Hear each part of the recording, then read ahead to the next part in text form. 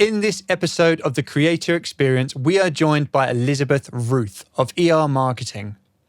ER Marketing specialises in a story-first approach to content creation.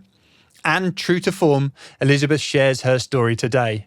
We talk about how messy it was at the start of her journey, going from a VA that does everything to niching right down to the stuff she loves. We talked about how Elizabeth gets the best stories out of her clients and how she uses processes to identify the marketing priorities. Elizabeth shares her thoughts on short-form video and how it's made such a massive impact on her business and her personal brand. I loved this interview with Elizabeth. It was great fun. I especially loved her idea of embrace the zero. Get out there. There's no one listening? Great. This is a time to rehearse. So let's get into the show, and I hope you enjoy it. Elizabeth, thank you so much for joining me today. How are we? We're very good. Thanks for having me, Matt, and everyone else who's listening. You're very, very welcome. Let's jump straight into it. Would you introduce yourself? And you haven't got a podcast, but introduce your business, please. Yes. So I own ER Marketing Services, and we specialize in designing marketing strategies and working with our clients to write their content for their websites, their blog posts, their social media, and their emails or newsletters. And we are a little bit different than the other traditional marketing agency that you would hand over your content to and not really have any input. We do an interview style approach. So we are getting the stories, the authority, your passion for why you do what you do, and we're wordsmithing it. You don't have to worry about that part. You just have to come and talk about what you love talking about, and we make that into content to push it out to other people. And we also work smarter, not harder. We will take one of those pieces. Let's say, for example, it's a blog post. We will chop that up. It can become your social media posts, up to 5 posts, sometimes more, sometimes less, depending on the length or what you're talking about. We also will use that in your emails or newsletters. And all of our activities are based on your goals. Do you have a particular service or product you're wanting to sell that month or promote? You have an upcoming workshop. You want to get butts in seats, for a class that you're going to be having. Whatever your goals are, we also make sure that's at the forefront, part of your content strategy. That's amazing. What led you to starting ER Marketing Services? Well, this goes back a little bit. I'll tell you kind of my lead up professionally in short notes. Yes, please. Thanks.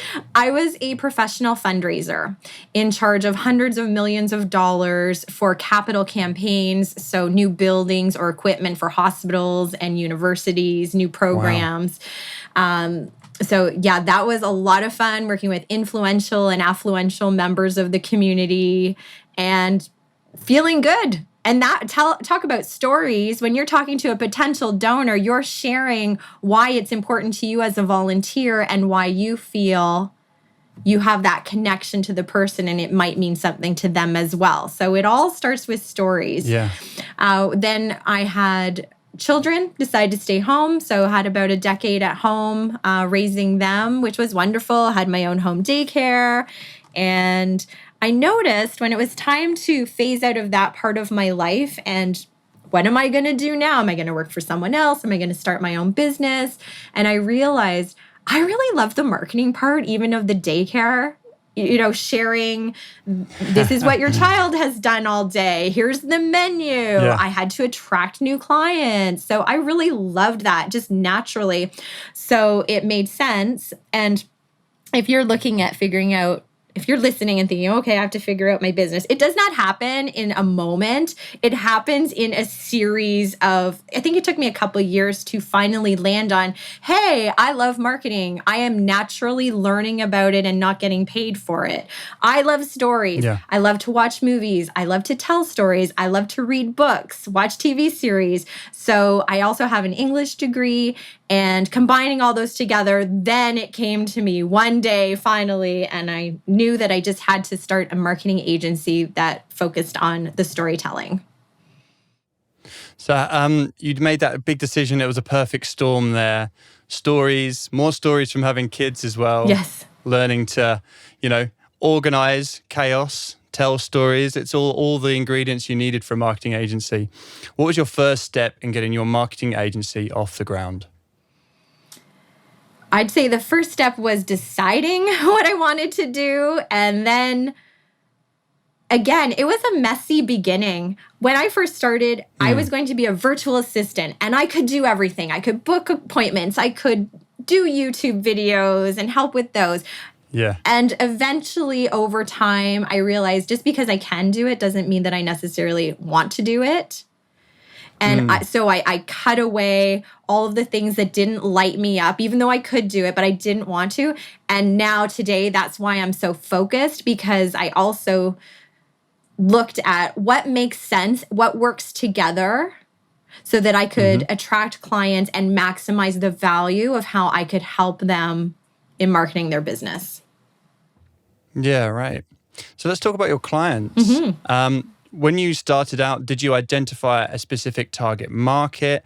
And if you did, how did you find that target market? I felt that I could relate to moms because I had just come out, I'm still a mom, but I'd come out of I wanted to have my own business so that I could stay home, be available for school trips. I could control my schedule around my children's schedule. Right. So I pretty much looked at myself and I thought, how would I like to be served at this point in my life, or, a couple years behind where I am now. And so females, 35 to 55, Canada and the US, tended to be who I chose, not a specific industry. In addition to having a service-based business, I also have a handmade business where I design knit and crochet character hats and I write children's books to tell each character's story. See, I love writing. I love stories. Yeah, you love stories. Yes. Always comes back to a story, doesn't it? Yeah. And because that's very rare for a marketing agency to be able to understand product as well as service businesses. So I tend to attract the handmade artists as well because I have that hands-on experience.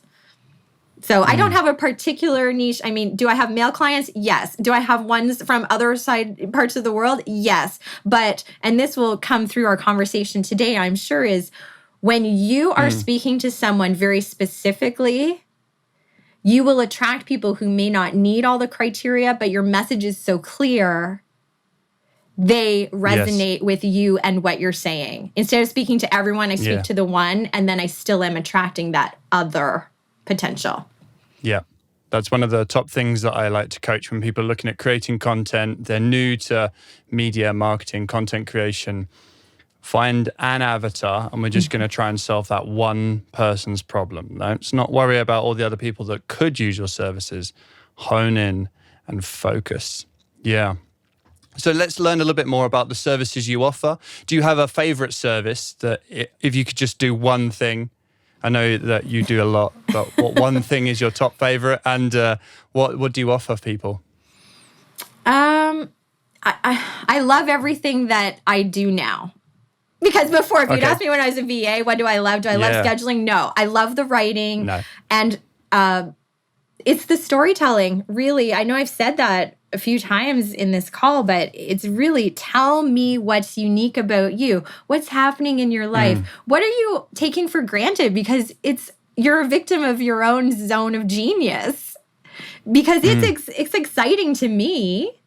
I'm looking at your setup right now, Matt, and you are definitely a sound guy. Like, you have a wall behind you of all of like the sound, I don't know what they're called, but reflectors. Just piles of microphones. Yeah. Speakers. Quadratic diffuser, it's his fancy name. Yeah. But that intrigues me. And you probably just think, oh, doesn't everybody have that in their office? No, they don't. No, why not? Do they not care about sound? Come on, guys. Why is it not in your office? Jeez. So really unpacking that, and then whichever way we deliver it, the blog post, the social media posts, or the email, that's the cherry on top for me. It's really the interaction, the personal connection, and just, drawing out. Do Do you find some people are easier to get this information out of than other people? Yes. How do you break down your clients to make sure that you've got the story? It's also part of coaching. I do coach them a little bit as well. So it's not, yes, I will have clients who are very clear on their message and they're very clear on their products and services. I'm going to use event planners for this example because I happen to have a lot of those right now. I collaborate with an event planning coach. So we've been working together since the beginning of her business. And often the ones who have the hardest times are the event planners who come to me and say, well, I can do any event. I can do a birthday party, a wedding, a corporate event. I can do picnics. I can do teas. Like they can do everything. So then I have to stand back and say, I know you can do everything. And I share my journey of how I was a VA. I could do anything. But what lights you up? If you had a wedding and a birthday party client at the same time, which would you choose and why? Yeah. Then they become very clear on their message. And I explain how I was saying for me, do I have male clients? Yes, they're not my ideal avatar, but I do. So when like attracts like, especially in that type of business, it's word of mouth. But in all businesses, it's really word of mouth. It's you're working with people, not a business, name.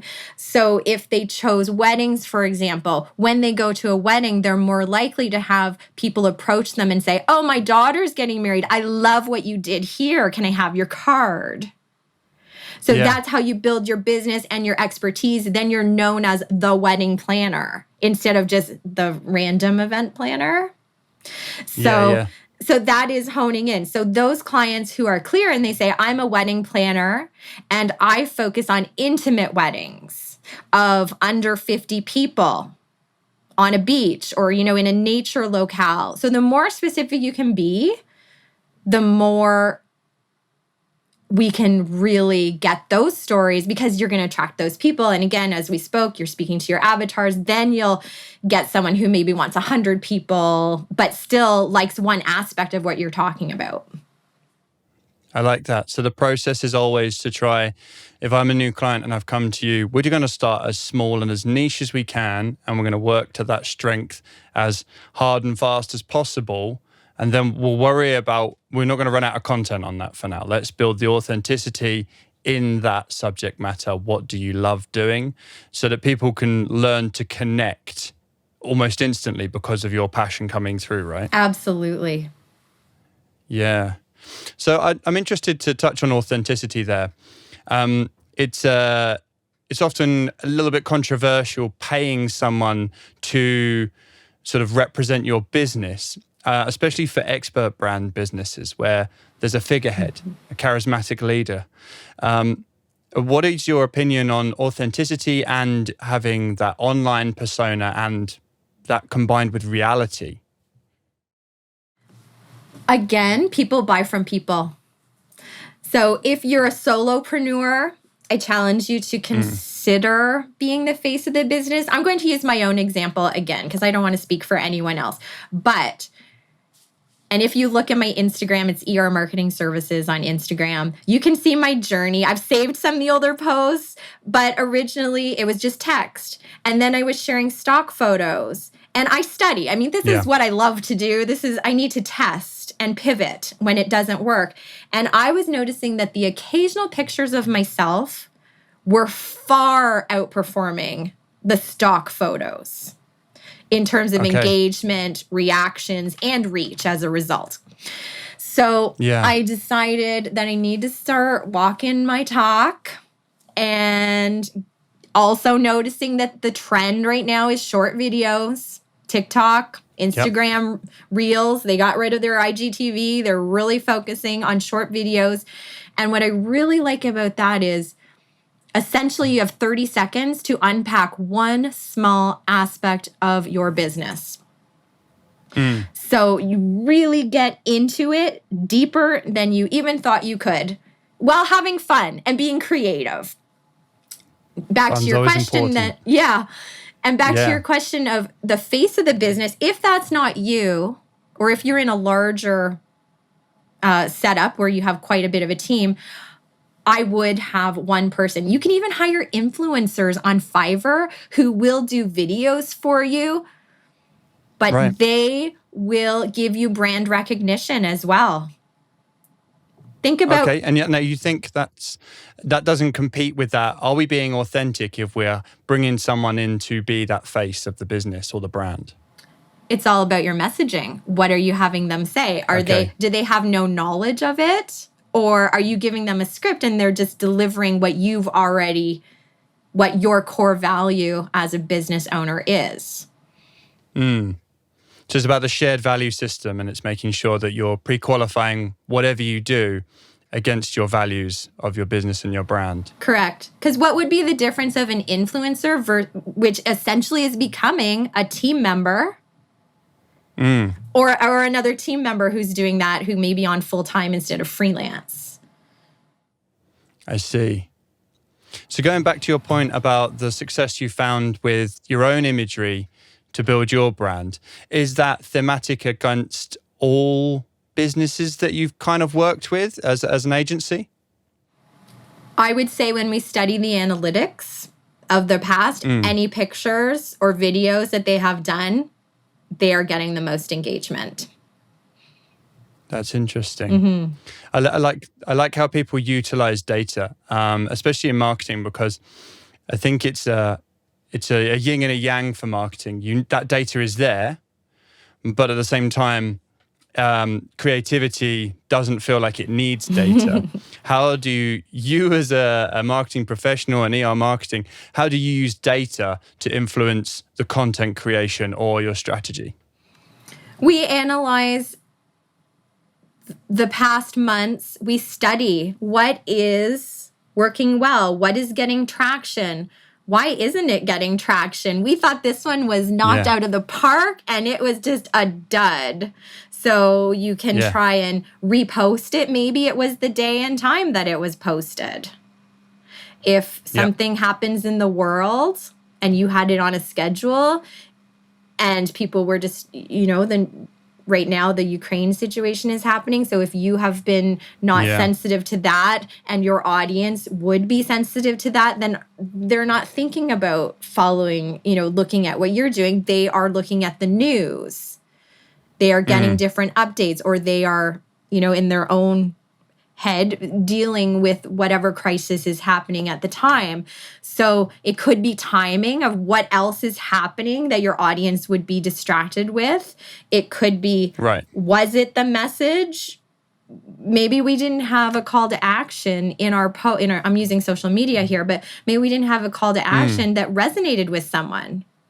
Perhaps our goal was to get people to engage and comment, but we asked too vague a question, like, how was your day?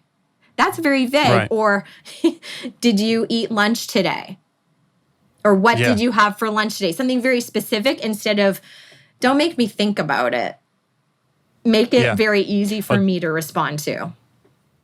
Giving people the choice to not respond. Yes. It's kind of better to have the A or B. For someone that's new to launching their own content, whether it's a YouTube channel, social media, or a podcast, data and what you've just gone through there can seem incredibly overwhelming. Well, do you have any suggestions for someone starting out to not feel like the whole strategy and data side of marketing is just so overwhelming? Yes. And first, I'm going to acknowledge that I'm a word girl. I am not a numbers girl. Okay. So data is good. A little bit overwhelming to me too. So I pick and choose what I look at. What was our goal for the campaign or for the month? What are people? So I'll use an example. Usually our goal is we want to engage with people, get them to engage on our post, somehow react to it, see what they are liking so that we can create more content of what they like. Was it the subject? Was it the picture? Was it because it was video format? So we play with those. And the other part is questioning, again, social media specifically, did I also reciprocate and engage on other people's posts? Because if I didn't, is that why people didn't come visit me? Sometimes it's tit for tat. Oh, you responded on a couple of my comments. I'm going to go give you some love. I'm going to check you out. You've piqued my interest. Right.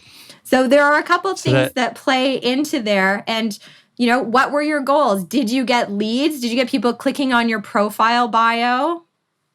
Those are different things I look at. It always feels like there's always more questions, isn't there? Yes. You say, how do you stop overwhelm? Well, what do you want to learn about, or what do you want people to do? Did they do it? Is the simplest question, isn't it? It's what is the objective? Yes. And did they do it? If they didn't do it, then there's a whole series of more questions you can ask. Do you have any top tips for preventing that overwhelm and preventing people just stopping dead in their tracks because they're like, well, these 3 things didn't work. I must be rubbish. Yes. Marketing is supposed to be fun and creative. Fun. And I know, and if you don't love to be creative, then you need to find someone who does love that. And if you're not loving what you're doing, you're not going to do it. Of course not. So that would be the ultimate thing. If it's not fun for you, that's why I'm here. That's why other businesses like mine are here, is because I live and breathe this stuff. I love it. Yep. I like it when clients, I don't like it when clients are overwhelmed, but I like the effect I can have on someone who's overwhelmed and they say, I just had to show up for an hour and I got a month's worth of social media done and you're going to take care of it. And they're having fun because similar to our conversation, I'm so lit up. I love talking about this. You're going to love talking about what it is why you started your business. You don't have to worry about now I have to do something with that information. Yeah. So let's talk about that journey from someone having that. How often would people need to have a call to sort of do a whole month of social media? Let's say we're going to post 3 times a week. Do we need, I like to teach people to have Genesis content. And what I mean by Genesis content is a larger piece of content that has a few ideas in it or one big theme. And that might be a podcast, for instance, like this. I would then take this podcast and I might turn it into 2 blogs maybe, because we might be talking about 2 different things within the interview. And then I might promote the blog with social media. And then I might use some of the snippets from the podcast as more content. But there's always that Genesis piece of content. Is that a similar way that you work, or? Yes, there are a variety of ways that clients will give me content. So the event planners tend to, just for example, they're service-based, but they don't create podcasts because they're at the beginning phase of their business. They haven't gone that far. You're more advanced in your business, but we're still figuring out their message. That is when the interview style is very helpful for them. However, after a couple months of doing it, I just say, are we still promoting this? Great. I know what to write now because I understand your business. And that's also part of our partnership is the more we work together, the more I learn about your business, the more we market, the more you're going to get busy with clients and what you love to do. So then you can rely on me more. It's a symbiotic relationship there. And also, I give permission to my clients, don't do it all at once. So you're talking about, you're advanced, you have everything established, but let's start with your strategy and your goals. Next step is, what makes sense to start with first? Does your business need a website? Or do you need an injection of clients? So we should really be looking at social media or your email list, which could, they're closer to the buyer. Once we establish that, let's say it's website in this case. So we would finish your website. And as we're doing each step, your message, again, is getting clearer because I'm asking you the questions. You're having to think about it. And once the website is done, does it make sense to do blog posts or to do social media? And then as social media, are you eventually wanting to email people? Well, then we need to start collecting email addresses through your social posts So we always have our eye on the overall strategy, and we fold in the next step so that my client is not overwhelmed. Now, let's talk about a more advanced person who does have their own content creation, a podcast, or they're already blogging and they just want to multiply what they're already doing. Then you could just hand over a transcript to me and the team, and we will make it happen however we decide you want to disperse it. But podcasts and even those short videos that I do, I was thinking, okay, I mean, my team loves it when I'm like, okay, I'm creating all this original content. Yay, you have more original stuff, because we don't have to meet.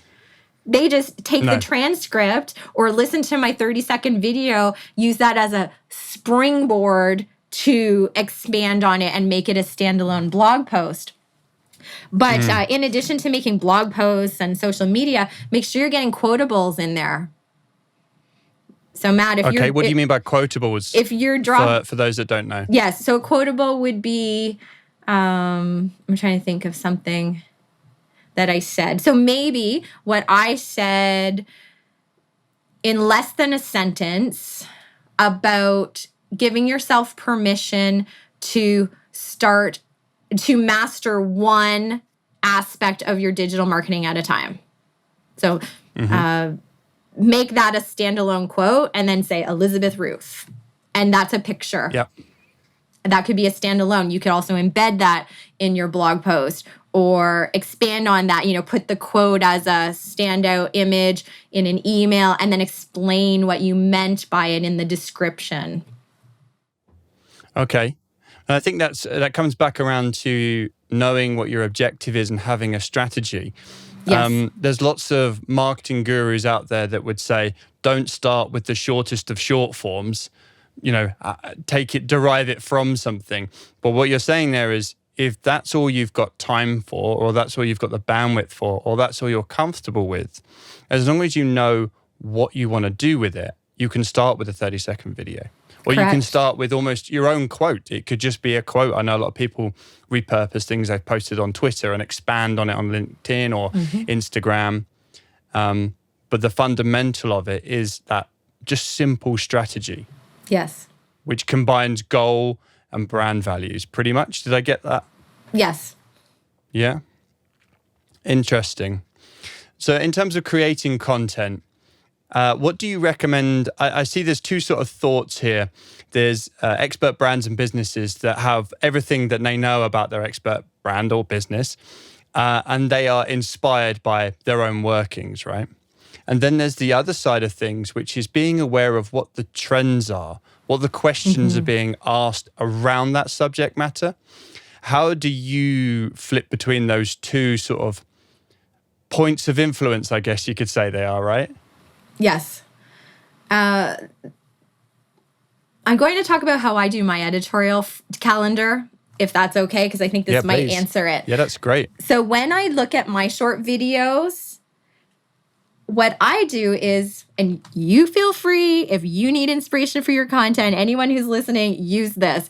I go to answer the public and I type in website. I type in social media. I type in every single pillar of my business and I get all those questions. I answer the who, what, when, where, why, how. I also have Google Alerts set up. So whenever there is anything in the news on websites or, a business strategy or marketing strategy, I have a couple different terms that I have emailed to me. They will link to articles that have come out. So it's relevant, trending content that a third party has put out. And the third thing that I do is, what's my unique position on one of my pillars? And a combination of all of those three things will give me my original content. Sometimes I even look at the other articles, I read them, but I put my own spin on it. So I could use it as a contrarian where, okay, everyone's saying this, but we believe this. And that article is what everybody's saying. Right. Yeah.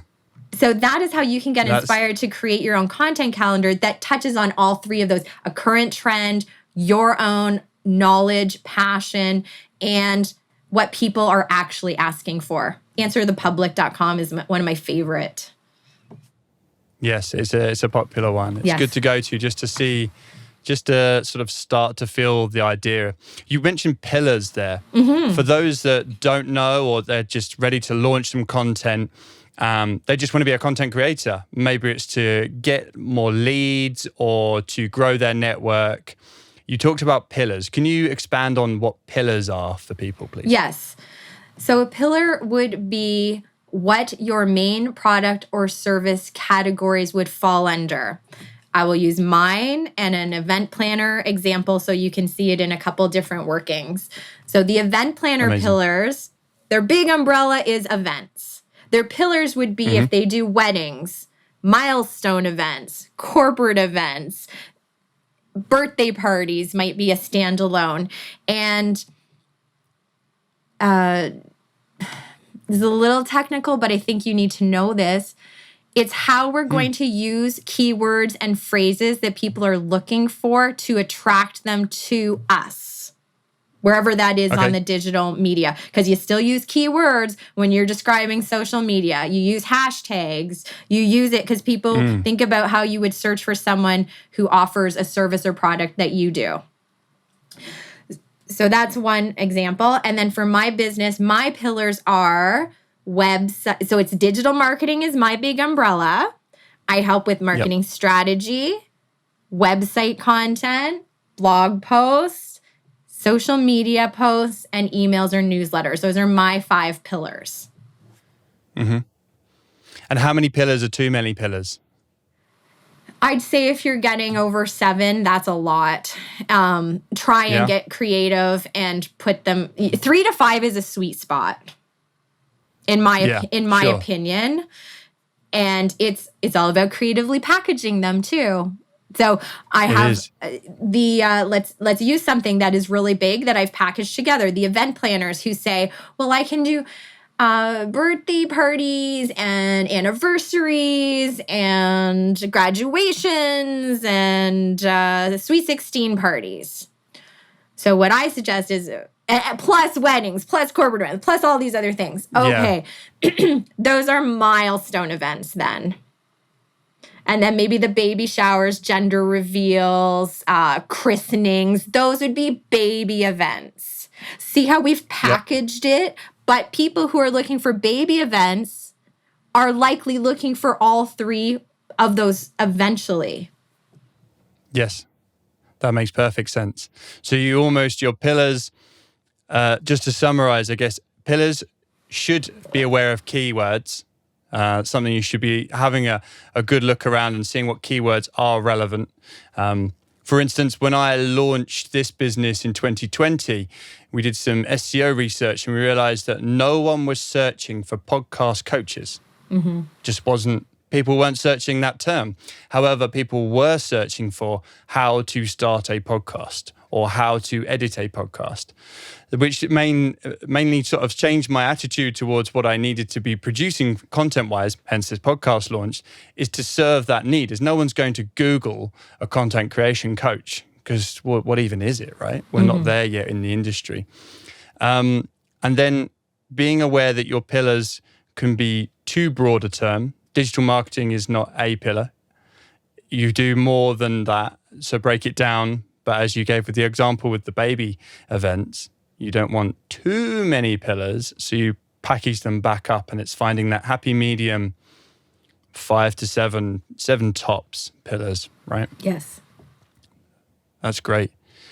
Do you have any advice for introverts and marketing? I see this a lot where people love the idea of starting a podcast because it's audio only. If you want it to be audio only, there are videos. This is being recorded as a video. But they sort of say, oh, I want to do my own marketing, but I don't really want to see myself or put myself at the front like that. This may shock you, but I'm actually an introvert. But I don't appear as one in this podcast because I'm talking about what I'm passionate about and what I know. If you were Yep. asking me a question about golf or, something that I'd be quiet. I would just listen because I don't know anything about it. So as a content creator, what can you talk about for days? And as an introvert, you have those passions that will come out. You may take a little bit longer to find what it is that you love. But if you're doing a business, you're passionate about what you're offering. Get into the why you do it. You can even write a who, what, when, where, why, how list that you can rotate the content that you share. Okay, who do I serve? I'm going to speak to them today and why I serve those people. How do I deliver it? What is my offer? And that may be a couple different offers. So you could even have, if you did Monday through Friday, 5WH, Monday through Saturday, you could just rotate it and change the service or the pillar that you talk about on each of those. Don't let being an introvert mean that you don't have a voice. You do have a voice. You just need to get confidence that you have something to say. Is that key, isn't it? That confidence. What do you, doing the 30-second videos, do you overthink them? If you do overthink them, how do you just get them done? I don't overthink them because I have my base. Okay. What I overthought was my process. Now that I have a workflow and a source for the content, I literally say on Mondays I want to talk about websites. On Tuesdays I'm going to talk about social media. On Wednesdays I'm going to talk about emails. I rotate it. Or on Fridays I share a lead magnet because one of my goals is I want to grow my email list because eventually I want to have a course.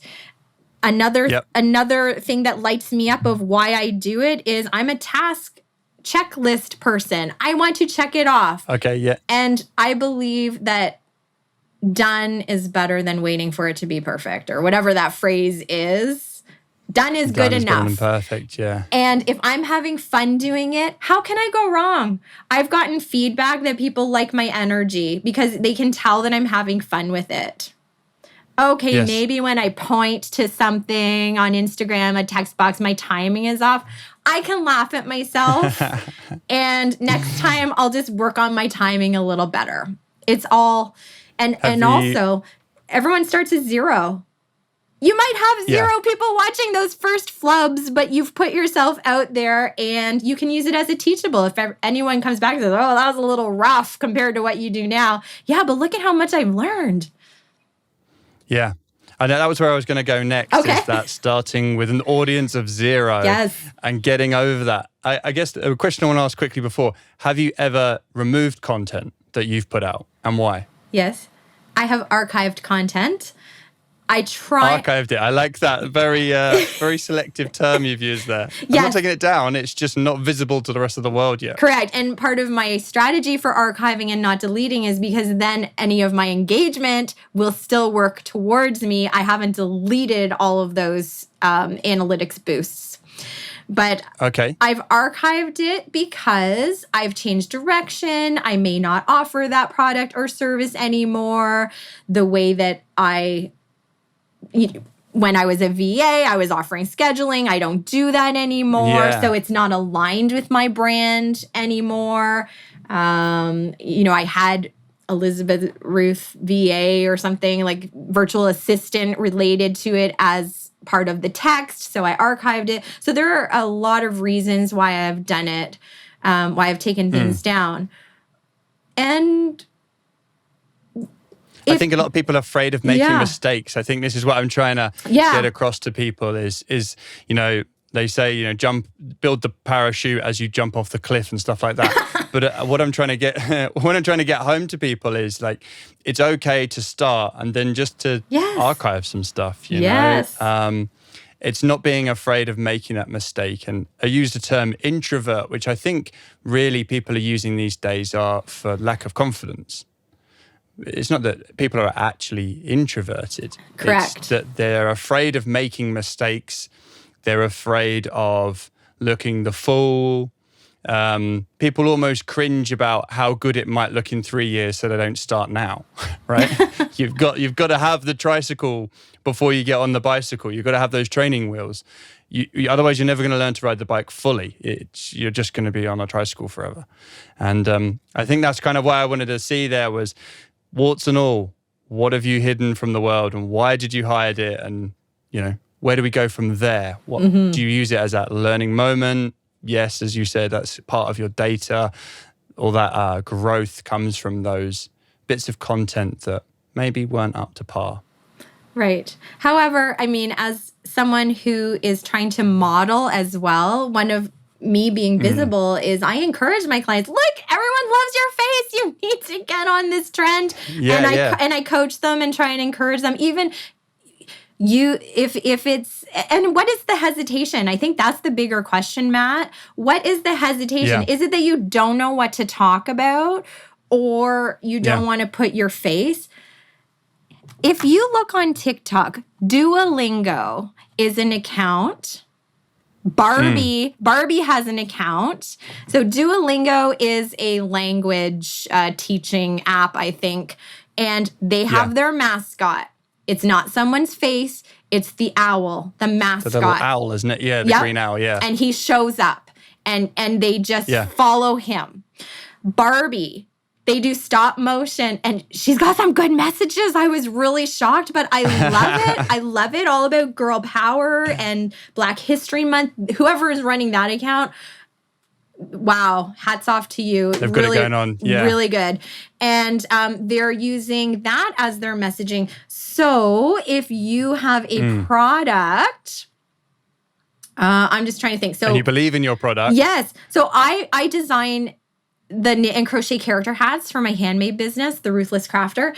Cool. What about if I was featuring Spike? It's just out of reach. I wish I could reach it. I'd show it to you. But what about if I was launching a monster collection, which I have in the past? Couldn't I showcase this hat in different situations? Now that market, just to illustrate the point a little further, is parents, mostly moms of children who are ages 4 to 8 years old. And my message is imaginative play. That is the base of the business, promoting imaginative play. You can wear the hat as a traditional, keep your head warm. You can use it to become the character, or you can use it as a puppet to act out the story that goes with it. So this is just to illustrate how you could maybe do it. So what about if I did a day in the life of Spike, a day in the life of Herbie the monster, and I am not showing myself. Maybe I'm doing voiceover, maybe not. You don't even have to use your voice. You can type in text and use voiceover capabilities. That's a little more advanced, but if you're on those platforms, you can have the voiceover option.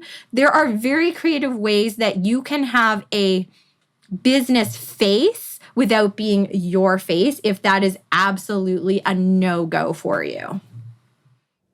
Yeah, that's great advice. Like it again, and it boils down to those two fundamental things that you keep touching on, which is having a strategy and telling a story. If you've got those two, then it kind of comes together. You don't have to worry about making the mistakes. You just have to get out there and give it a go. That's awesome. And one of the funny things that I would like to point out is some of the biggest flops get the biggest reaction because they're funny. Yeah. And TikTok is very popular because it's not polished. It's people just showing up raw. And that's why that audience is really exploding, because it's people just trying. It's not Instagram and filtered. And even Reels, people show up, but it's still curated a little bit more than TikTok. So here's your permission. If you want to just try it out, try TikTok. It's very, very forgiving, the audience and the platform. It's a great way to get over that perfectionism problem. Because I think you touched on it already. For my brand and business, having bad audio isn't going to work. Yes. But if I had bad audio because it was behind the scenes footage, or it was giving people access to something they traditionally wouldn't, then it's not going to have the mic, it's not going to have the room set up, we might be somewhere else. And that allows that kind of freedom to not fall away from brand. But do you know what I mean? Yes. Like, we've got a stand. You've got a marketing agency.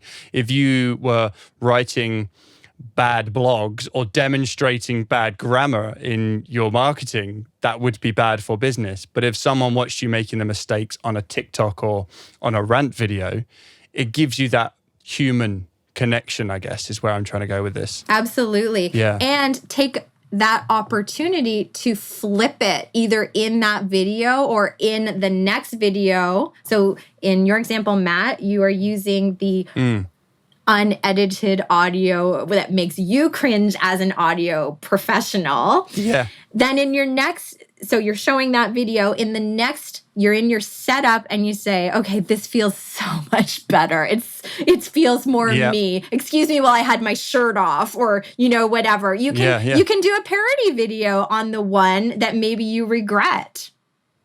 Yeah. That's good. It's just creating that life cycle for the content. It doesn't just stop. Oh no, don't do it again. Come back, be honest, show up, keep showing up over and over. Mm-hmm. Elizabeth, this has been incredible. I would like to jump onto my show ritual questions to wrap up this interview, if that's all right. Absolutely. So I've modified these. It's traditionally what is the hardest part of podcasting is my first question. But I want to modify that as, what is the hardest part about just any content creation for you personally? Getting started. Because once I'm doing it, then I enjoy it and I regret not starting it sooner. And that's in all aspects. Why didn't I do this sooner? It's so much fun. I love it. Even, being a guest on podcasts, I started in November and I was so nervous. I remember talking to my coach and some colleagues. Like, I'm still nervous now. Yeah. And now after doing, I think I've done about 20 now. I love it. You want me to spend an hour talking about marketing? Let's go. Yeah. So it really changes your perspective once you get started. Yeah. Finding that passion point and going from there. What kind of content or marketing inspires you? Stories. And any stories? Anything specific that's always been a fond favorite of yours? I'm trying to think. I love the why behind things. I'm going to give you an example of someone who I follow on TikTok. Again, talk about raw. This woman goes into graveyards and cleans tombstones from 1800s, 1600s. She cleans them. And she explains her process of how, don't use a wire brush because the limestone, blah, blah, blah. She has gone into the archives and tells the story of that person's life and what they died of. Wow, and if they're great buried, idea, if they're buried, if they are buried beside a sibling or a spouse, how's that? Yeah. It's not her original content. That's amazing. It's her sharing a passion, and she's just researched the story, and that is her content stream. Yeah. I mean, she's retelling a story as well that might have been forgotten, which I always think is kind of a nice thing to do, is to relive these. I've been working in TV and I've done hundreds of documentaries, and it's amazing the stories that are out there that no one knows. Mm-hmm. Yeah, that's an awesome one. Next, who holds you accountable? As the head of my business, I do. Yeah. And then I'd like to think, even though it's me technically who has to show up, I also pretend that my audience cares that I show up. So I want to be accountable for them. Good. I don't know if they're holding me accountable, but I want to be accountable for them because I believe my message will help their business. Yeah, so you've created that position of, I want there to be someone out there that wants me to be accountable for continually showing up and delivering high quality content. Yes. Yeah, that's awesome. What small change have you made that's made the biggest difference to your content creation? Doing short videos. Yeah. And everything I do is based on my goals. I am one of those people in a ship, Tell me which island I want to hit. I steer it and I go for it. For me, I started doing the short videos because I wanted to build my content. I wanted to test my message, see how it was landing with people. Even podcast hosts, seeing what they light up and what we really unpack as part of the conversation has been really, really powerful for my message to get stronger. And I want to have a course. So I need to be confident on camera. I need to have that message tight. I want to build my audience. That's why my lead generation. I want to have collaborations with other people, not for me to get, but I want to give, and then ask, which really is a fundamental underlying marketing strategy. You give information, then you invite someone to join you on your list, on your journey of what you're doing if they like what they hear. Yeah, but it's got to have that give. You can't just ask straight away. Correct. With your 30-second videos, just as just a nerdy bit here, what are they just on your phone? Are you storing them somewhere? Are you having them transcribed for later searchability? Right now, it's my phone. And I put it in a stand with a little ring light. I learned a really cool trick where I speak to the right side, I stop it, speak to the left side so that I'm getting a little bit of jump cuts and nice. It's a really simple way to add interest to me just talking. Sometimes I dance. Yeah. I'm testing. Do people like it when I dance? Do they like when I just talk to the camera? Did they like it when I have short jump cuts and it's more visual? Do they like it when there's text? So I'm testing all of that. Sorry, what was the question? I got all excited about talking about strategy. It's about storing those videos. No, I love it. It was about do you store them somewhere, or are they just are they throwaway content for you? Do they have a shelf life for you? Will you reuse them or go back to them? Yeah, I'm actually exploring that right now. I'm pretty new. I've only been doing it since January, the short videos. And let me just see. We store them on my Google Drive because I have one of my team members. We reuse it. We repurpose it. As you were mentioning before with your podcast, what I do is I use something called SnapTick, and it strips off the TikTok watermark. It's free. So then I download it to my Google Drive. I create a Canva thumbnail. I make it a YouTube Shorts. It goes on my LinkedIn page. It goes on my LinkedIn business page. It goes on my Pinterest as a short. Everywhere that has short videos, we pretty much put it out there.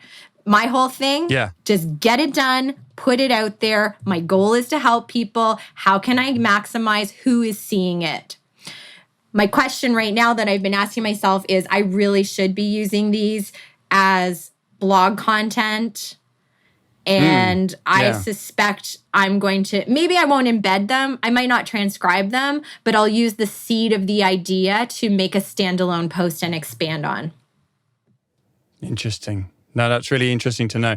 I think the short video content is such a new sort of style of content that I always wonder whether people are, how they're repurposing them and how to utilize them better. What advice would you give to a new content creator or someone about to approach their own marketing? Remember that everyone starts at zero. It's okay. It's actually better for building your confidence when no one's watching at the beginning. Live videos on Facebook, when I do them, I don't do live videos. I don't love them. It makes me really nervous trying to admin and moderate like the chat and all of that. So I actually, when I have to do live videos, I pray that nobody comes on. So embrace the No zero. one leave a comment, please. Yes, no one leave a comment, exactly. please. I don't know how to reply. I'm looking all over the place. Yeah, definitely embrace the zero. That's what I would say. That is a great tip. And again, people would normally use that as a negative. Oh, there's no one going to be there. Great. It's an empty auditorium. You can dance on stage and do whatever you want. Just get comfortable being on the stage. Yes. Yeah, that's superb advice. And see that, I would use that as a quotable. Embrace the zero, Elizabeth Ruth. Would you? Yes, I see. And now we've used a quotable in place. Great example. That's awesome. What 3 values do you want to be known for through your content creation? I want to be known for modeling what I'm teaching, being a storyteller, because that's what I'm all about. Clearly, I think I've mentioned that how many times throughout this interview. Yeah, there's a couple of times. Yeah. Storytelling. And then give, share. Don't keep what I've learned to myself. Share it with other people. Nice. Very nice. And my final question for today is, what do you think makes a good leader? I think that someone who leads by example, who can also laugh at themselves when things don't go how you planned, and can use that as an opportunity to pivot. Whether you scrap the project, you figure out why didn't it work, what can we do better, give it a chance, change the workflow or the strategy or the delivery of it.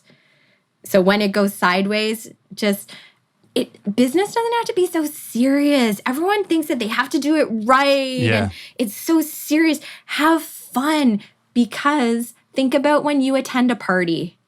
Are you going to make an effort to talk to the person who's sitting in the corner, not even making eye contact and, just staring into their mug of beer? Or are you going to want to go to the person who is making an effort and engaging with people, even though maybe they had an extra drink? Okay, they might be slurring a little, but they are making an effort to ask about you, show an interest, share. Which one is going to light you up, and who do you want to be? Yeah, showing up and being there, being present. And that is awesome. Well, Elizabeth, I can only thank you so much for today. This has been awesome. You've illuminated me into approaching marketing from a different way. I think the strategy and the story just makes life so much easier. Don't be afraid to make mistakes is a great message. And I think too many people get in their own way. I definitely got in my own way when I was starting. I thought, I don't want to share all my golden nuggets or, speak to no one. When really, you're never going to get an audience if you don't just stand up and speak, right? Correct. And think about, you've heard me talk today. I've shared parts of my process. Do you know how I put it all together? Not necessarily. Could you figure it out? Yes. But if you, I feel that that I know what I'm speaking about. So if you wanted to work with me, you could.